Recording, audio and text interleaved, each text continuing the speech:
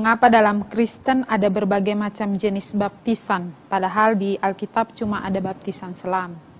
Kalau saudara bilang di Alkitab hanya ada baptisan selam, ya berarti saudara kurang belajar, ya. Seperti saya singgung dalam jawaban pertanyaan sebelumnya, kata bapto dengan kata kerja baptiso itu punya arti banyak, ya. Bisa menyiram, bisa mencuci, bisa membersihkan, bisa memercik, bisa menuang. Itu semua medan makna dari kata bapto, ya. Saudara bisa melihat, mencari di YouTube pembahasan saya khusus tentang makna kata baptisan itu, saya sudah membuktikannya dengan ayat-ayat yang banyak sekali dengan teks Yunaninya untuk menunjukkan bahwa kata bapto itu mempunyai arti yang luas. Selam itu hanya salah satu arti, bukan satu-satunya arti. Juga kita bisa melihat ya bahwa kadang-kadang ada kata baptisan yang mustahil dimaknai sebagai selam. Artinya makna kata selam tidak relevan dengan penggunaan kata baptis di situ. Dalam Matius pasal 3 ayat 11, Yohanes Pembaptis bilang, "Aku membaptis kamu dengan air, tapi Dia yang akan datang membuka tali kasutnya pun aku tidak layak. Dia akan membaptis kamu dengan Roh Kudus." Berarti Yohanes menubuatkan bahwa ada saatnya di masa depan Yesus akan membaptis orang percaya dengan Roh Kudus. Nah, lalu sepanjang pelayanan Yesus tidak pernah ada kegiatan atau aktivitas atau pelayanan Yesus yang dihubungkan dengan pembaptisan dengan Roh Kudus ini. Seperti nubuatnya Yohanes Pembaptis. Tidak. Tapi menjelang Yesus mau naik ke surga, di Kisah Para Rasul pertama, ayat yang ke-6, dia bilang bahwa seperti dikatakan Yohanes, tidak lama lagi kamu akan dibaptis dengan Roh Kudus. Itu di Kisah pasal 1 ayat 6, tidak lama lagi.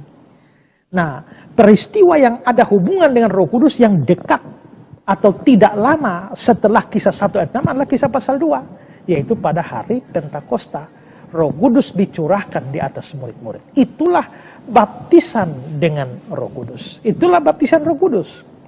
Nah, baptisan dengan Roh Kudus itulah yang terjadi di Kisah pasal 2. Nah, di Kisah pasal 2 di mana murid-murid dibaptis dengan Roh Kudus, apakah murid-murid diselam di dalam Roh Kudus ataukah Roh Kudus yang dicurahkan ke atas murid-murid?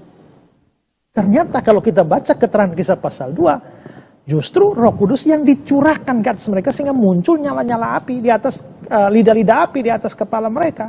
Jadi murid-murid tidak pernah diselamkan atau ditenggelamkan di dalam Roh Kudus atau dalam api. Justru api Roh Kudus itu yang diturunkan ke atas mereka. Tapi itu disebut baptisan. Maka dari situ kita bisa lihat baptis itu tidak bisa diartikan selam. Di bagian lain bisa, tapi di bagian itu tidak bisa. Contoh lain itu adalah 1 Korintus 10 ayat 1 dan 2. Aku mau supaya kamu mengetahui, ini kata-kata Paulus ya. Aku mau supaya kamu mengetahui saudara-saudara bahwa nenek moyang kita, Israel, semua berada di bawah perlindungan awan, itu tiang awan. Dan bahwa mereka semua telah melintasi laut, waktu menyeberang laut dengan tanah kering itu ya. Ayat 2, untuk menjadi pengikut Musa, mereka semua telah dibaptis dalam awan dan dalam laut. Awan itu tiang awan.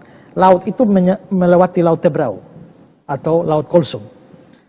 Nah, Paulus bilang untuk menjadi pengikut Musa mereka semua telah dibaptis dalam awan dan dalam laut. Kalau dibaptis itu artinya selam, kata baptis itu artinya selam. Kapan orang Israel diselamkan dalam awan dan dalam laut? Kan tidak. Awan justru hanya di atas mereka, di depan mereka. Laut itu bahkan mereka berjalan di tanah yang kering karena lautnya terbelah. Maka walaupun di sini bukan baptisan Kristen, tapi di sini kita bisa lihat makna kata baptis. Di situ tidak bisa diartikan selam.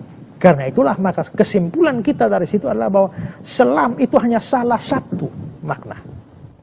Sehingga jangan beranggapan bahwa baptisan paling benar, satu-satunya yang benar adalah selam dengan cara selam. Tidak, ada banyak cara ya. Selam hanya salah satu.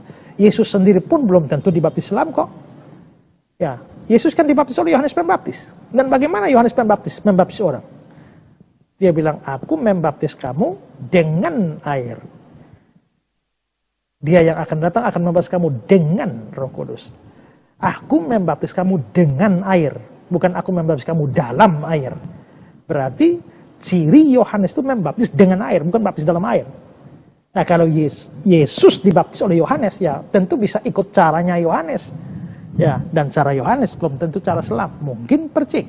Jadi Yesus masuk ke sungai Yordan dengan air sepinggang, lalu dipercik. Setelah itu Yesus keluar dari air, itu maksudnya keluar dari sungai Yordan. Jadi belum tentu juga Yesus dibaptis selam.